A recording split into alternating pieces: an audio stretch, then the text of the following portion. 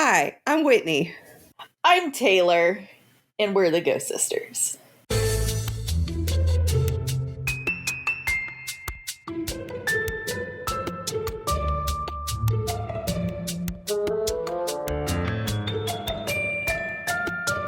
Okay, so we've got some kind of news.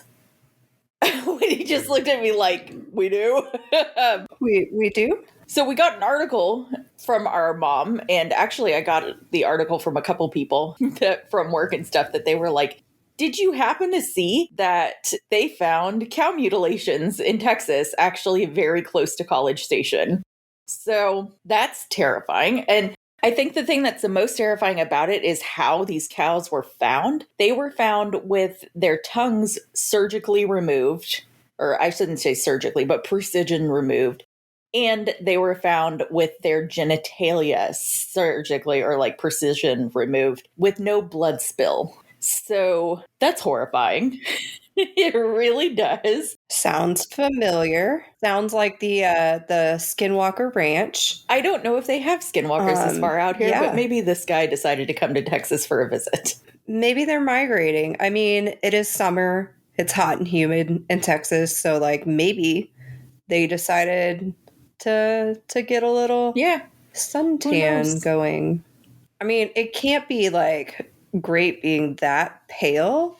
I was gonna say, like I'm me. assuming they're like deathly pale. You aren't as pale as I would think a skinwalker would be, so you at least get in the sun a little bit. So a little bit, yeah. I do go walking, so yeah, that's kind of funky. But apparently, so as I was going through and reading the article, they found 6 different cows. Several of them were from different herds, so not even from the same farmer, and they were all scattered along the highway, like out in the open, like something had dragged them out to the highway. That's really weird. So actually, the part where they talked about like the cow mutilation and everything in the book that I was reading about the Skinwalker Ranch, that was more having to do with like UFOs. And so they were saying that that was more like an alien abduction and like dissection and that kind of stuff. And like missing cows were actually not a normal thing, but there was mixed reviews on it. Like some farmers would be like, oh shit, my cow's gone. And then it turns out it was just an insurance scam. And then others were like, hey, yeah, my cow fucking disappeared in the middle of the sky. I watched it, and then it showed up 4 days later, drained of all its blood. Right. Alien abduction. Yeah, and that's actually, like, when I read it, I was like, this screams alien abduction to me. Actually, my very first thought was El Chupacabra, but El Chupacabra isn't a precision animal. El Chupacabra. Chupacabra. El Chupa Chupa. Chup chup. Chup chup. So, yeah, this really does say alien abduction to me, which I would like to know if there were any reports of UFO sightings or something in the area. The claw. The claw. I have no idea how to look for that. I mean, you could probably just search for UFO sightings at that time in that area. Yeah, maybe. That's true. Surely someone out there in the world that has some sort of cell phone device would have information. Or I'm just saying that, like, you know, people get out there with their cellular telephones and take the video of the thing in the sky. Yep. So their cell phone, telephone. This year has also been really weird with UFOs and in general. There was like a lot of talk about it before, and like, was it like a military kind of thing, or was it an actual alien UFO? Right. I'll post the clip, or I'll post the link to that article on the Instagram, and so that you guys can take a look at it. And if you happen to live around College Station or something like that, and you want to reach out to us and say, hey, this is actually, like, I saw something funky or something, or you know more about this, hit us up, because that stuff's weird.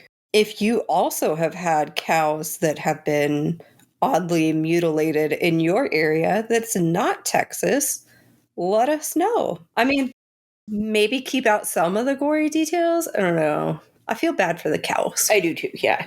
But I actually, in the article, it said that there were multiple places around the U.S. that are experiencing the exact same type of mutilation.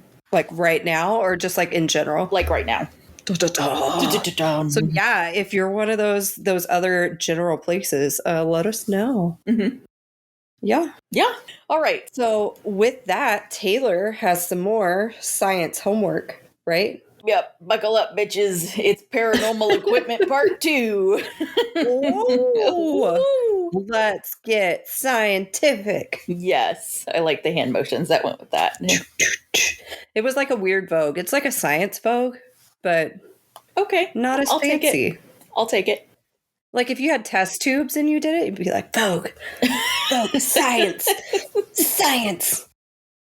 Oh my gosh. So I didn't do this on purpose, but it turns out that the 4 pieces of equipment that I decided to focus on for this particular episode all have to do with EMF. Son of a bitch, Taylor. No, I'm just kidding. No, it was very weird as I was researching this that I was like, oh, every single one of these is EMF related. So each of these instruments tests a different part of EMF, or they test EMF in different ways. So I'm just going to kind of blow through each of them. So one looks at the E, one looks at the M, and one looks like at the F, and then one looks like at the EMF. Because you said there was 4, but there's only 3 letters, so. There was an attempt. You can't kick me off this podcast. It can't be the ghost. It would just be the ghost sister. Well, you got to have me to be a sister. You're not getting kicked off the podcast, I promise.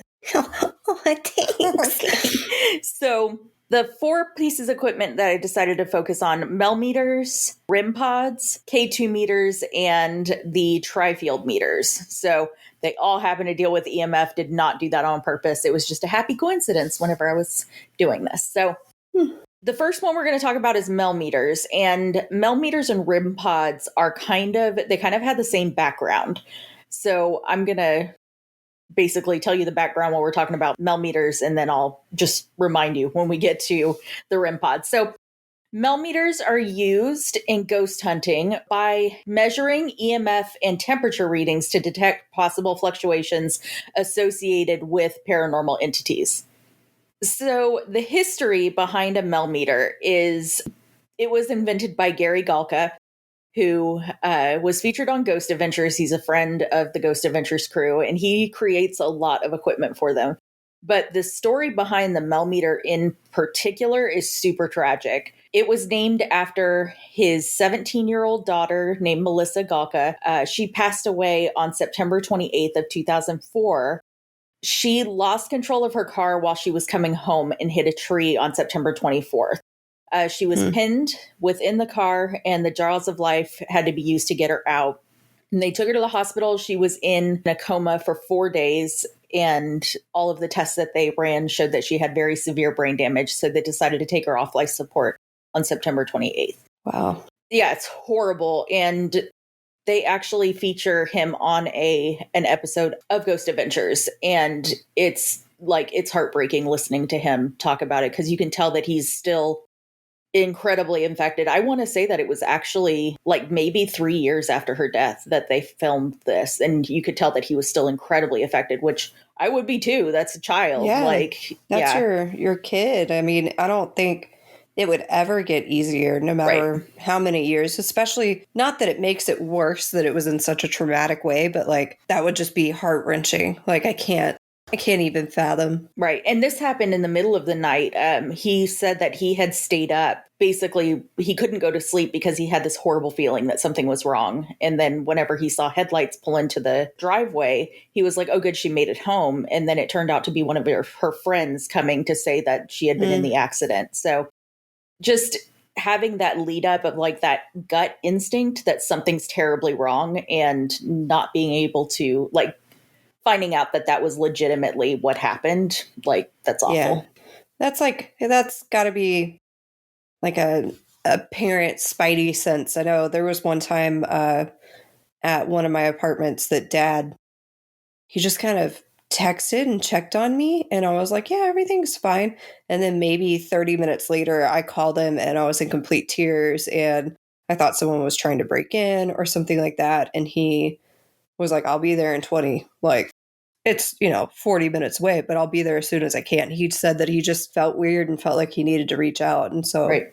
I'm sure that that's how Gary felt too, as he just was like, something's off. Right. And that's actually when I totaled my car on the highway that one time, apparently, like right before I totaled it or right after I totaled it, all of my friends texted me around the same time, and they were like, hey, just checking in on you. Like, are you okay? And they said that they just had this weird feeling they needed to check on me. Yeah. It's so weird how the human brain works, like that you can get those weird feelings about somebody else kind of thing. Yeah. After she passed away, the family started to experience what they call ADC, or after death communication. They started being touched, the doorbells started ringing, the lights started turning on and off. They started seeing full body apparitions of Melissa by her siblings and her brother-in-law. And then Gary said that he would feel the bed depressed down next to him and a hand lay on his chest. And he said that he always felt like it was her. Oh. Yeah, so they started researching ghost hunting and noticed that a lot of the hunters were using tools that were originally intended for the electrical trade. So he decided that he was going to create a tool that measured EMF and temperature specifically for ghost hunting. This is where the Mel meter 8704 came from. Mel is short for Melissa, and 8704 is for her birth and death years, 87 and 2004. Got it. So that's why it's named the way it's named. He started using recorders, the Mel meter, and a spirit box to communicate with her. And he actually was pretty dang successful. He got a recording of her saying, "Hi, Daddy, I love you," through the spirit box. Oh. And it's very clear that you can hear it. Her birthday is on February 14th, and they used to always have a heart-shaped cake for her. They keep that tradition going, and they have a heart-shaped cake for her every year on her birthday, and activity spikes during that time period. Aw. Yeah, it's super sweet. Yeah, that's real sweet. Yeah. Since the first Mel meter that he created, he's created 30 other tools. The REM pods, spirit boxes, there's a whole list of things that he's created. And a percentage of the proceeds from the Mel meter sales actually go to grief support charities. Wow. Yeah, that's He's doing it. Yeah, he's doing the damn thing. Yeah. Yeah. So the science behind this, since it measures temperature and EMF, that's the base model measures temperature and EMF. That's what I really focused on here. But we'll see here in just a few seconds that there are a bunch of different models of Mel meter, and they all measure some extra things. Temperature, they measure with a K-type thermocouple probe that plugs into the top of the device. It's a little yellow plug that has two little prongs on it and then a blue wire sticking out of it. The thought process with temperature, specifically related to ghosts, is that ghosts draw energy from the air around them. And that energy can be either potential energy or kinetic energy. Potential energy is the energy an object stores before going into motion. So anytime, you're sitting on the couch right now, you have potential energy. The second that you move, like I move my hand now has kinetic energy. So kinetic energy is the energy produced whenever an object moves. I feel like I just have potential. I don't have potential energy. It's a will to get off the couch, but whether or not that will happen is not. So like, it's more like I don't have the rest of it. Gotcha. That's fair. I get you. Mm-hmm. Potential in. Mm-hmm. So the higher the kinetic energy, the higher the temperature. The lower the kinetic energy, the lower the temperature. Ghosts pulling energy from the air means that kinetic energy decreases, which means that your temperature decreases. So that's the thought process behind temperature changing whenever a ghost comes around. But if a ghost is moving around, wouldn't that mean that it then has kinetic energy? Yeah. So wouldn't the temperature go up? Not necessarily. It depends on the type of entity, as far as I understand, because some entities are going to be much stronger. They have the potential to give off kinetic energy, as opposed to when we think of spirits, they're typically relatively weak.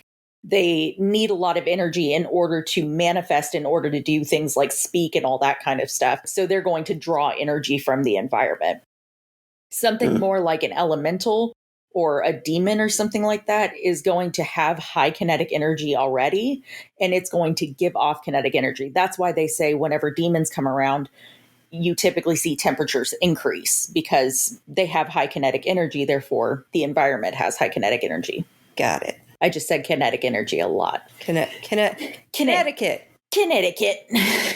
energy. That's what it's called now. The Mel meter looks for electrical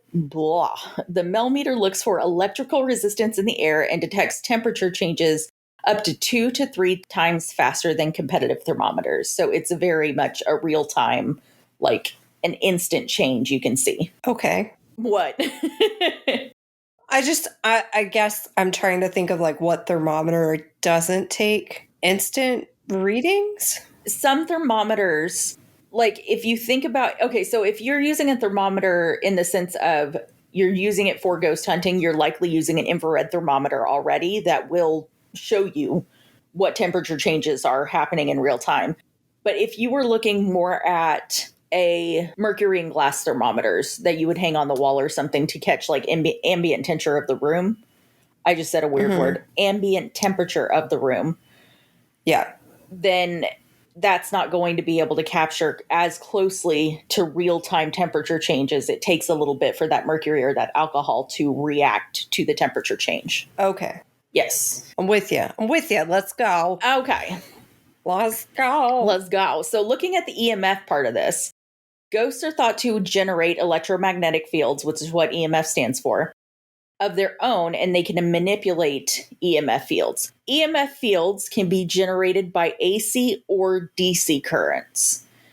And EMF meters measure AC fields. This is emitted from man-made sources and, like electrical wiring and that kind of thing. Mm-hmm.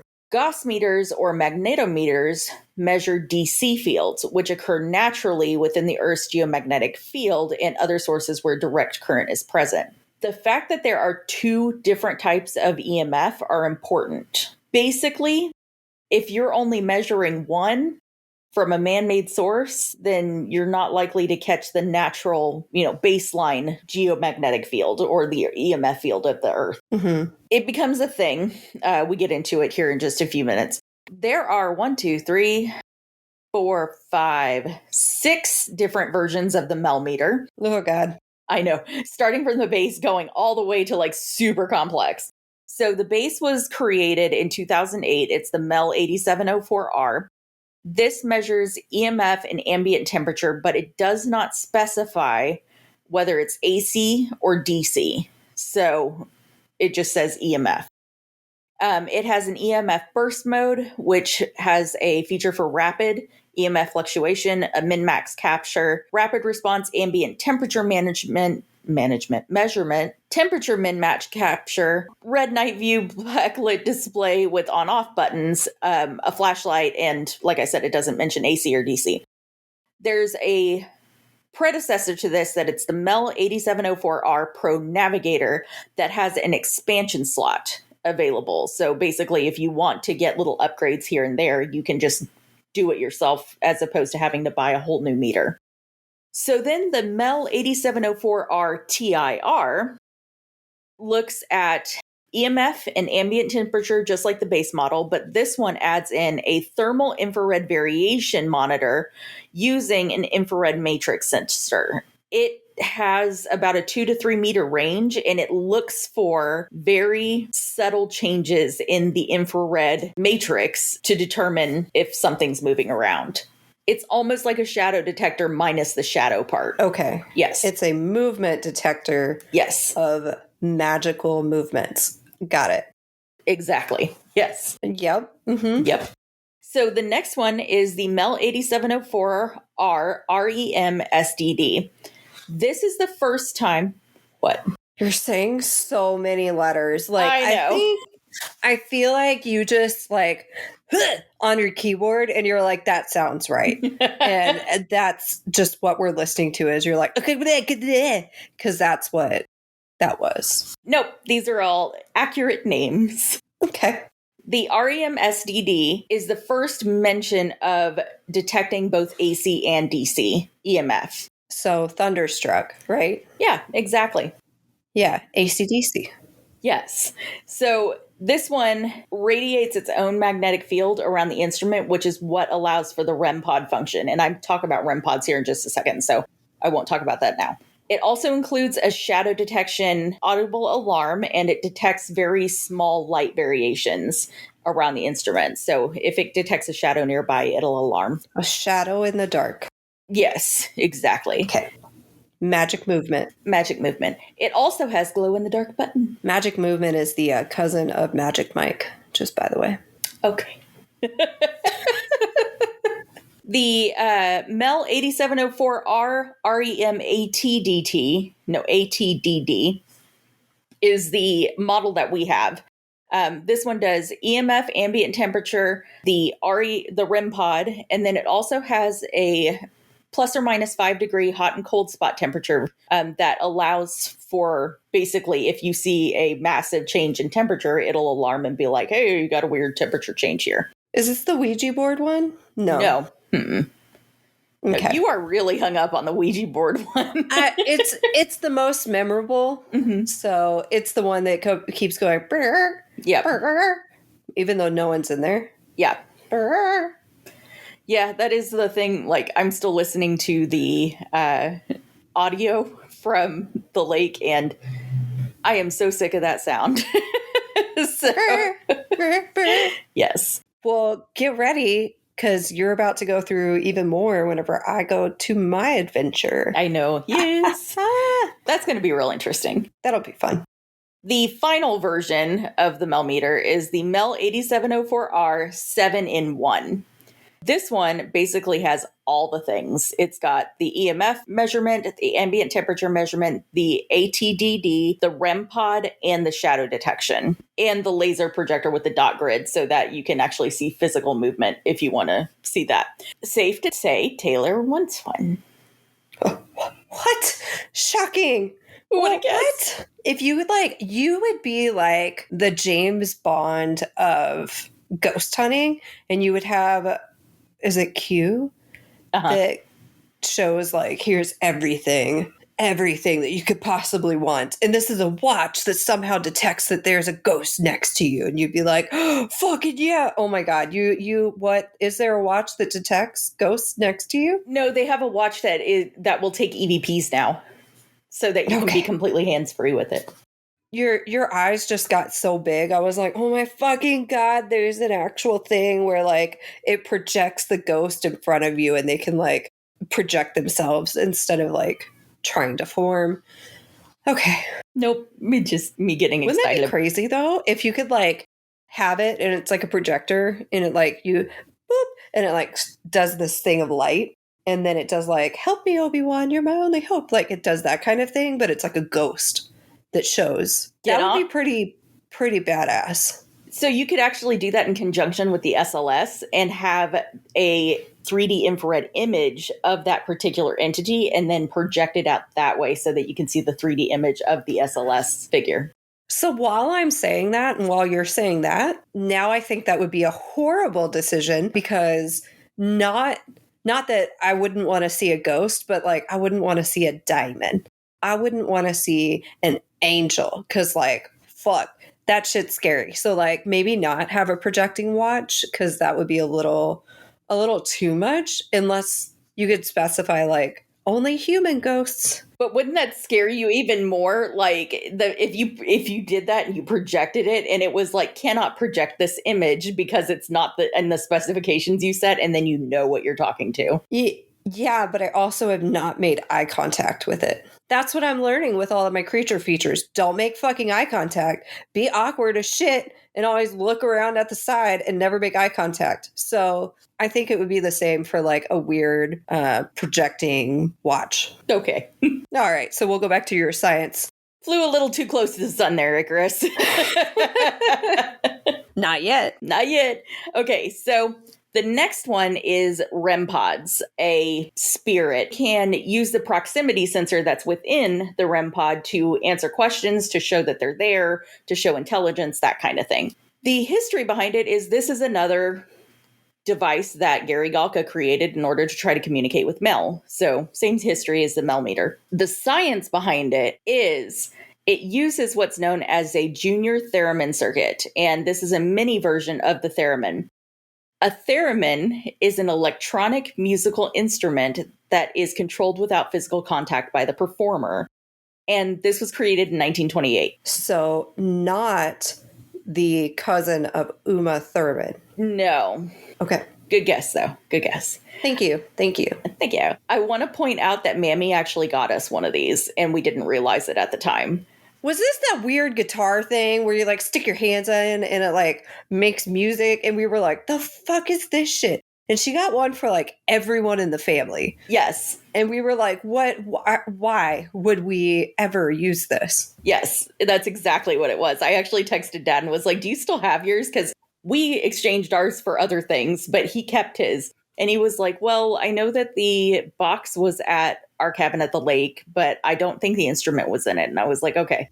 But yeah, so that is the theory. Him and his boxes, man. I know. Yeah, I'm the same way, though. That is the technology that's used by the REM pod. So basically, the closer that your hand is moved towards the antenna, a capacitor is formed between your hand and the antenna itself. Oh, this is that weird, creepy music thing that's like, whoa. Yes. Those are fun. I wish I could learn to play one of those. Now, okay, I'm sorry, Mammy. I guess I should never returned your stuff. But like, if I had known. Right. Yeah. Whoa. Yeah. So the capacitance of the electromagnetic field varies by the distance between the player and the instrument. One antenna controls pitch and the other controls volume. So the closer your hand is to either, the higher your pitch or your volume. For the REM pod, basically it's a junior theremin circuit that is within a plastic casing. You could make your own REM pod pretty easily. How can I do that easily? You basically take and you disassemble the little theremin circuit and the antenna, and then you put it into a little 3D printed plastic container with some LEDs. So I have to go buy a theremin I knew you were going to do this. Okay, it looks like it ranges anywhere from like $15 to $40. So I guess fine. I guess I could make one myself. Everything that I've seen with like those fun music things, they look super duper fancy. So I was like, I'm not going to go buy something that's like $200 and put it in a little plastic tube and then try to talk to ghosts. I'm going to sit at the top of my house. I'm going to climb onto the roof during a thunderstorm and go, ooh, because why not? That's legit. It took me a while to figure out that you're talking about going to play the instrument on top of your roof. I was like, why are we suddenly climbing on top of the roof? I'm not going to try to talk to ghosts. I'm going to be that creepy lady down the street that everyone's like, stay away from that house unless it's Halloween, then really stay the fuck away. Yeah. That's what I'm going to do. Yeah. Yeah. The original REM pod was literally just that theremin circuit with the antenna attached to it.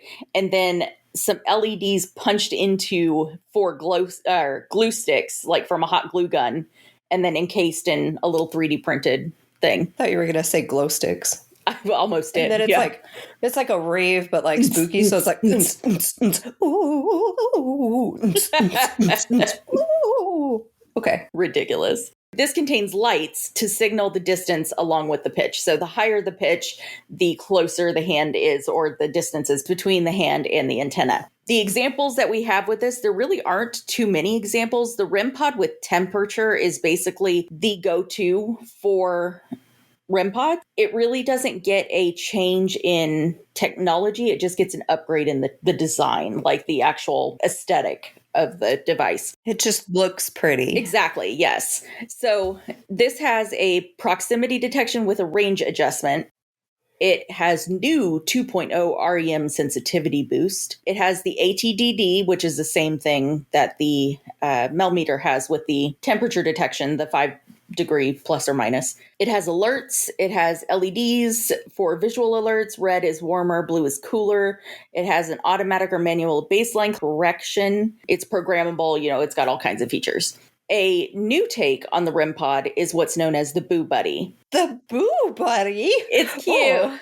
It's that's super exciting. cute. So Boo Buddy is actually used to communicate with children's spirits or, spirits that may have been mentally ill while they were alive or something like that, that have the mindsets of young children. Thought you were going to say cute spirits. Cute spirits. I mean, they're all cute in their own way. Yeah. Unless they're diamonds. Oh my God. So the Boo Buddy is a teddy bear with a REM pod inserted in it. It has the ability to detect EMF and responds with lights and alarms when the spikes appear. It detects movement, vibration, and temperature and responds with a voice. Like it will come out and say, "Oh, it just got colder in here. Did you do that?" So that it's a little bit more friendly. Oh, is that though? That's terrifying. Even as a ghost, if I was a ghost child, I'm not even a child now, except for at heart. If I was a ghost child and I was like, I'm gonna go play with this teddy bear, and it was like, haha, it got cold, I'd be like, the fuck is this thing? Like, oh no, that's terrifying. Yeah. It was fine until you guys made it talk. No. Okay. It also conducts baseline readings whenever you turn it on for the first 30 seconds, which is nice because a lot of them don't do that. So you get these kind of wild fluctuations at the beginning where you're getting all this weird information and then eventually it goes baseline. It will also ask a series of EVP questions and you can watch for responses or leave it in a room on its own with a camera on it. And all of the electronics are completely hidden from view within the bear, and you can actually see the little lights light up within the bear as it does its thing. I love your face right now. You're so horrified. I'm back to like, if I was a ghost child, like, I don't want to fucking play with that thing. I would much rather play with the weird plastic tube. Mm-hmm. Or just put the bear next to the tube.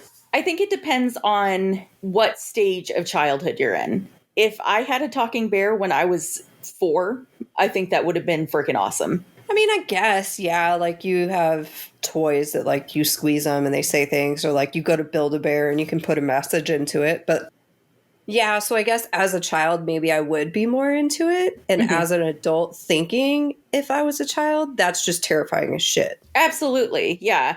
100%. So, if I were interacting with that bear and it came up and it said something, I would do exactly what you said. I'd be like, and I'm out.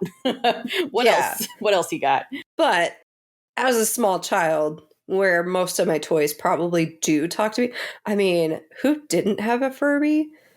And those things are literally the spawn of Satan. They are. So mine, I believe, even without batteries, kept talking while in a trash bag on the way to the dump in the back of a truck. Yep. So spawn of Satan, teddy bear is at least cute. Exactly. There you go. Yeah. So the final thing within the REM or the REM pod area are what are known as EM pumps. This basically creates an EMF siren by oscillating the EMF field and the EM field. It's just like an audio siren, but it's in the electromagnetic range. So it acts like a beacon and basically provides electromagnetic energy for the ghosts to use to manifest and that kind of stuff. Okay. So next are K2 meters.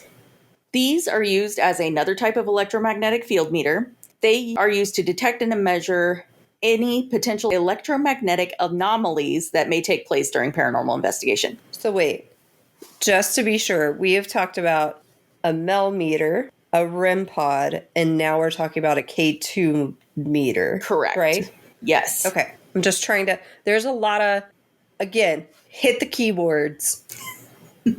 So I'm just trying to keep it all in my brain. Yeah, there's a lot of acronyms in this. Yeah.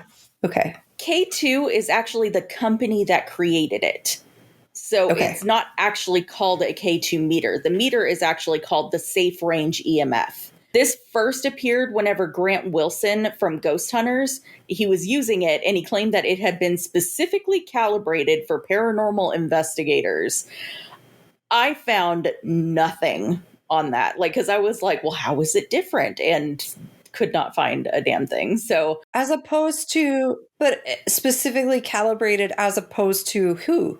Doctors? Like brain surgeons? Who else is using this? So the Safe Range EMF was actually supposed to be used by private citizens and companies to make sure that they have safe ranges of EMF within their homes and their businesses. Okay. So he's saying that it was specifically calibrated for paranormal investigators, but I couldn't find how how it was changed in any way. So I don't know. I don't know what you're doing, Grant. Grant Wilson, if you happen to listen to this and you want to tell me how you changed this, I would be very interested in finding out. Maybe it was calibrated when they went, here you go. And he put it in his hand and he was like, oh, calibrated. You're a ghost hunter now. You're a ghost hunter, Harry. I'm a what? A what? A what? The general consensus is this is a pretty unreliable EMF meter. It was never meant to be something that tells you exactly what the EMF is or, you know, to really calculate super changes and stuff. It was created so that the general public could figure out if they had unsafe ranges of EMF. It operates on one axis, and this becomes important here in just a little bit. I think I actually talk about the different axes when we get down to the science on it. Yeah. So it operates on one axis, which means that you have to wave it around to get a proper reading. Mm-hmm. It is unshielded, which means that it can be set off by a cell phone, a two-way radio, or anything else that could give off EM waves. Sounds super special calibrated. Yes. Expialidocious. So here they developed the meter for people to detect EM fields, which can have negative effects on your health. And he never intended it for ghost hunting. He flat out was like, I don't know why they're using this for this. This is what we meant it to be for. So he's like, I'm trying to make sure you guys don't die, not so you can talk to people who have died. Right. Okay? Exactly. Thank you. I have always been kind of interested in how EM fields can actually affect your health. So I kind of delved a little bit deeper into this. A lot of people say that EM can really screw up your health. So I found an article by the World Health Organization, or WHO, WHO, that has attributed... Okay, we're going to get sued. Why not? Bring it on. Let's go. Let's go. I got no money anyway, so there we go. Fine. I like it. The negative health effects that have been attributed to EM fields are general health effects that include headache, anxiety, suicide and depression, nausea, fatigue, and loss of libido. And then we have pregnancy issues, which are spontaneous abortions, malformations, low birth weight, and congenital diseases, and then not related to pregnancy, cataracts. So World Health Organization basically says, yeah, a lot of people say this, but there's no scientific evidence to prove any of that. Like, they've done a lot of studies on it and nothing ever comes up in support. Okay. The one thing that actually does have support is EMF causing cancers. However, WHO says EMF can have a small effect on cancer, but the increased risk of cancer is extremely small, meaning that if you stand in front of a microwave and you watch your food, it's not like you've doubled your risk of cancer. You're talking about minuscule 0.00005% increased risk of cancer kind of thing. Don't quote me on that. I'm not a doctor, but that's great because the amount of cancer that I would have by now it would be alarming. Same. So I literally just microwaved a brownie for my hot fudge brownie sundae, and I stood in front of the microwave and watched that motherfucker and was like, I'm so ready to eat you. So, you know. Popcorn, man. I stand there. I do too. Watching. Waiting. When you gonna be done? Salivating. Bitch, stop popping. Bitch, stop popping. The science behind this, the electromagnetic fields are thought to be affected by potential energy that's produced by spirits, ghosts, and other paranormal phenomenon. Basically, the entities require energy output in order to communicate, and it's thought that that energy output can be picked up with the different EMF tools. The safe range EMF meter measures the ambient EM fields, and it can basically be considered antennas with different characteristics. So it does not perturb the electromagnetic field. It prevents coupling and prevents reflection as much as possible, which means that you're getting a clean reading of the EM field. There are two types. We have the broadband measurement, which uses a broadband probe, and it senses a signal across a wide range of frequencies. This is made with 3 independent diode detectors. Then we have the frequency selective measurements, which is a field antenna, and a frequency selective receiver or spectrum analyzer, which allows for you to basically choose specific frequencies that you want to probe as opposed to a large range. These can be single or triaxial, which means 3 directions all at once. And if you have a single axial EM meter, you're only getting it in the direction that you're pointing. So that means that if you want a true reading of the entire room, you have to wave it around to get a true reading. Ooh. Which is different from my ghost noise and my junior Thurman. Yes, it was very different. Noise, yes. Just by the way. A triaxial means that it's shooting in 3 directions all at once, so you get an accurate reading of the room without having to move the device around. Measurements are obtained using E field sensors or H field sensors, and these can be isotropic or monoaxial, active or passive. And I stopped there because I was like, you're losing me. So, great. Yes. Because I thought that I was like really struggling with my weird space-time science, and this is still like, okay. This gets into the electrical engineering part of it. And my brain turns off at engineering regardless. I enjoy electronics. I think they're fascinating. I love getting into the nitty gritty. But the second you get into the engineering part of it, you lost me. You'd say they turn you on? Oui, baguette, Eiffel Tower. Oui, Eiffel Tower baguette. Okay. The only example of this is the safe range EMF. That is literally the only one that's ever been produced. So it has an easy to read LED display. It literally just LED lights. It has 5 different levels that it will report out. It is for indoor or outdoor use. It has a durable plastic case. It operates for months on a single 9-volt battery, and it detects the ELF ranges of 50 to 1000 hertz and the VLF ranges of 1000 to 20,000 hertz. So it detects a lot. But is in no way intended for ghosties. Exactly. It is purely intended for you to determine if you are going to be affected by high ranges of EMF. Got it. Never really thought that that was something that I would need to take a look at. I feel like there's so many other things that can affect my health, like the non-potential energy that I have to get off the couch, that EMF would probably be the last thing that would deter my health. So that actually brings us forward into tri-field meters. Look at me having a segue. Pew, yes. pew, pew. This detects a wide range of EMF energy changes, including electric, magnetic, and radio frequencies, which could signify paranormal presences. So this was invented by Bill Lee from Alpha Lab. And I found, that was literally all I found about its history. was who all right. And even then, I had to search for Bill Lee and Alpha Lab, like it was a thing. Huh. Very top secret. It was. Yeah. I was like, why is there no information on this? Getting into the science behind this, I found a podcast called The Dream Detective where the host Mimi actually interviews Bill Lee to talk to him about the tri-field meter specifically. I don't want to say anything bad about this podcast, but there was only a very short part that actually dealt with the science of it. And then it was looking more into like, my friend has been experiencing migraines. He goes into things like dirty electricity and that kind of thing. It's a whole thing, but I just wanted the science behind it. Yeah. Okay. What? Okay, so real quick recap on this. And if you want to hear electricity. Yes. So if you want, why is it dirty? Is it like the cable is underground or is it in a strip club? Like what?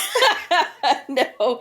So if you want to hear the how Bill explains it, you can go over to the Dream Detective and listen to their podcast.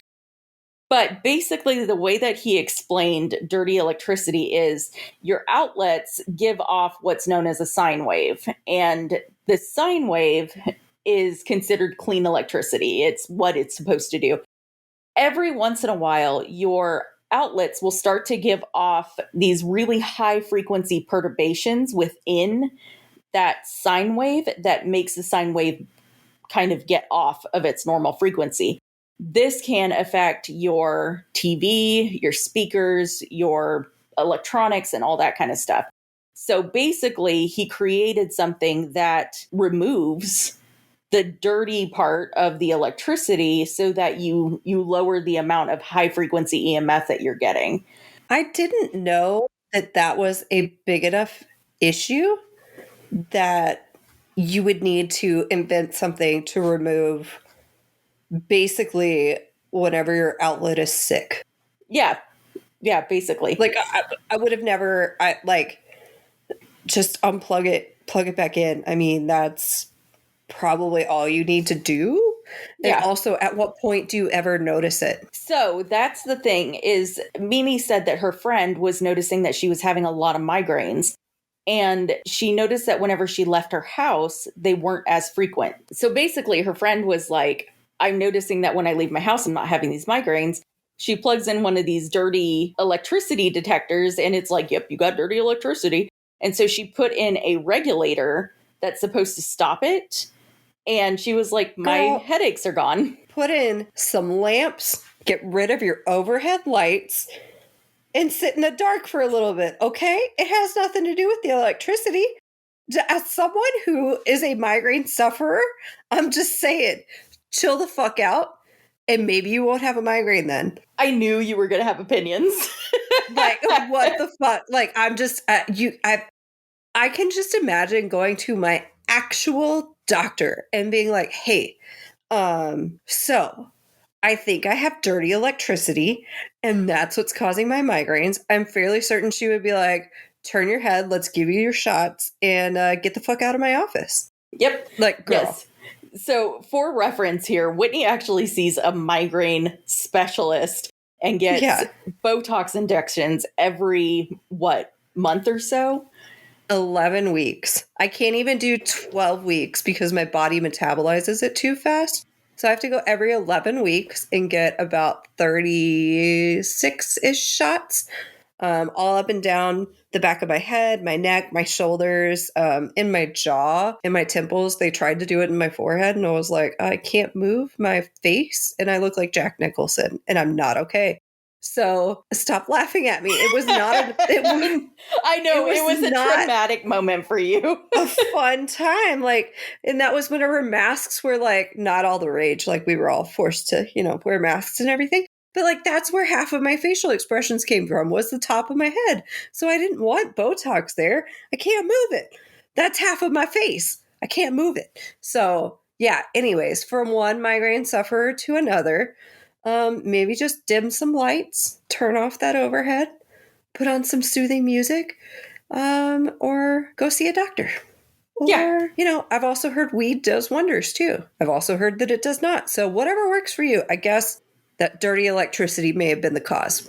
Blasted. Maybe. All right. That was a rant. I'm going to move on because what the fuck? So I actually did not even put that in my notes because I knew if I mentioned it, you were going to be like, what the fuck? So it happened anyway. It's fine. So yeah, Bill explains that EMF actually has 3 different parts associated with them. So one is magnetic, one is electric, and one is micro/radio waves. Magnetic parts of the EMF are going to be what consume or carry power. And this is very similar to Earth's magnetic field. It alternates back and forth at about 60 times per second. The electric part of EMF is what emits voltage. So this is low frequency as well. It is not like the electric field of Earth, and it's about 60 times per second. It does not oscillate, so meaning that it doesn't move like back and forth. It's just steady. Okay. Micro and radio waves are where things get a little funky. This is a combination of magnetic and electric waves, and they are very high frequency, millions of billions of times of movement per second. All 3 of these come together to form the EMF spectrum. And basically the tri-field meter breaks down each of these waves and can show you each of the parts of EMF at once so that you can determine, is it magnetic, electric, or micro/radio that's actually causing perturbations here. Okay. The examples that we have are the tri-field natural EM meter, the tri-field 100XE EMF meter. And neither of those are in production anymore. And the website of the company that produces them, Alpha Lab, just stripped them of their descriptions. So they're no longer in production, therefore they never existed. So what kind of shady shit is happening at Alpha Lab? I know. I'm just saying. Yes. So the one that we think of, like whenever we see a traditional tri-field meter, like that Zach or Grant or them pull out on their shows, is the tri-field 100XE EMF meter. The newest version is what's currently being sold to ghost hunters. It's the tri-field TF2 EMF meter, and basically this has a new LED or it says LCD display that shows you the numbers as opposed to a dial, so it's a little more accurate. But it says that it can be used to measure all of the types of EMF, magnetic, electric, and radio/microwave. It has a weighted mode so that you can measure electric current from EMF radiation in the human body, which is weird. I don't know why you would want to measure that, but I guess, I mean, maybe if you were trying to determine if this was purely in the ghost hunting realm, if you were trying to determine if the person walking by was the reason it went off versus a spirit, then you could maybe measure that person and be like, oh, nope, sorry. This was an 8.7 and you're a big 10.9. You big 10.9. I don't know if that's good or bad, but then you could at least determine that that person was not the cause of it. Right. Yeah. So the magnetic measurements has a 3-axis sensor. So that gives you, no matter where it's pointed, you're going to get the same reading. Like I said, it has an LCD display. It has a backlight option. And it has an audio indicator that lets you know whenever you've located certain types of EMF in your home. That rounds out the EMF roundup, I guess, of instruments because they were all EMF related. Today's episode was brought to you by the letter EMF. Yes. The next round is going to be things like shadow detectors, geophones, dowsing rods, and that kind of stuff. So, and that'll be the last round of our paranormal equipment. I have thoughts about geophones. I can't ever hear jack shit with them. So I'm curious to see what you have found. This is probably the one episode of your equipment that I'm like, fuck yeah. Because like, I mean, not that the rest aren't interesting, but like this one was just my brain hitting the keyboard. I get you. Yep. Yeah. But yeah. Yeah. So this next one will be interesting because I think I get into paranormal pucks as well as the other one. So yeah, that'll be a fun little foray into something other than EMF, which will be exciting. And you should just call this one, instead of it being like equipment number 2, just be like EMF. It's EMF time, bitches. Yeah, basically. I'm going to put that in parentheses. Paranormal equipment part 2. It's EMF time, bitches. Bitches. Yeah. Well, cool. That does it for this episode. And I will eventually finish looking at the audio or listening to the audio evidence. I did get some shit. I will tell you. Listening to audio from my iPad, I got some shit. I was going to say, the way that this keeps getting built up compared to the last one that was like easy peasy, you edited no problem, and I was able to listen to no problem. It would have really sucked if you were like, yeah, I've been doing this for 4 weeks now and I got nothing. I was real worried. So. I'll be 100% honest. I was real worried about like, it's 3 hours of audio at a time. The video took forever to go through because you have to watch it. Audio, I can at least do something on my phone and just listen for large perturbations. Right. So audio goes a lot quicker than video. So that's why it took so long. But I was real worried, like going through video, really didn't get a whole lot. Like the 2 things that I did get, I was like, these are glitches. The digital recorder stuff, we'll get into, but there really wasn't a whole lot on that. And then when I started listening to the iPad was when I was like, uh-oh. So, uh-oh. I've got the audio that we took from the SLS cam and then the audio that was taken in the cemetery. And that's what I have left. Got it. Okay. That will be our next mini episode. Woo-hoo. Yes. Cool. Probably don't have anything as groundbreaking as train whistles, but I mean, that shit was crazy. It still blows my mind. I'm still like, whenever I'm at work and I'm near a train and I could hear it go off, I'm like, like it still just weirds me out. I cannot believe that was there. I'll stop freaking out about it, but it's good. I have a feeling our entire family is going to freak out about it for a while. So yeah. So yeah, that'll be what we work on next. And I think we're doing a creature feature after this, right? Ja, sehr gut, ja. Sehr gut. Not a German creature, though. No. But we should do a German one for the next one. I was going to say. Or maybe I'll switch gears and I'll just do a German one this time. Or we can do it. Oh, maybe. Yeah, you could do that. What? I was going to say, or we could do it based on our our listeners, because now we have a listener from Nigeria. Hey, what's up? Hi, Nigerian listener. Welcome in. Yes, hello to the Vietnamese and the UK and Canada, and of course everybody in the US. Most of our listeners are in the US, but hello to all of our international people. Hey, everybody. We love you guys. We do love y'all. It's so great. Yeah. So yeah, cool. If you have any kind of equipment that I've not gone over yet that is not also paranormal pucks, geophone, shadow detectors, or dowsing rods that you would like me to go over, Whitney's like, oh God, reach out to me and tell me what you want me to look at. Send her a private DM and you guys can freak out together. Yeah. If you have requests for a creature feature or something like that, I'm trying to gather a list of all of the different cultural paranormal entities that I can find. But if you have something specific that you want us to feature, please let us know so that we can do that. Yeah. I've got one from my book club. One of the girls texted me about one, so I'll be getting on that here shortly. Yeah. Maybe after my German. Your German. Yeah. It still makes me laugh whenever I told Janet that I go, das ist no bueno. And she was like, ha, for off in the corner. Das ist nicht sehr gut. Nein.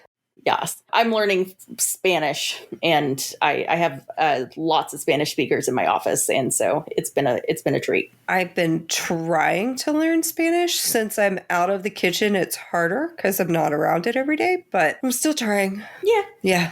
On that fun note, thank you for listening, and we will spook you later, bitches.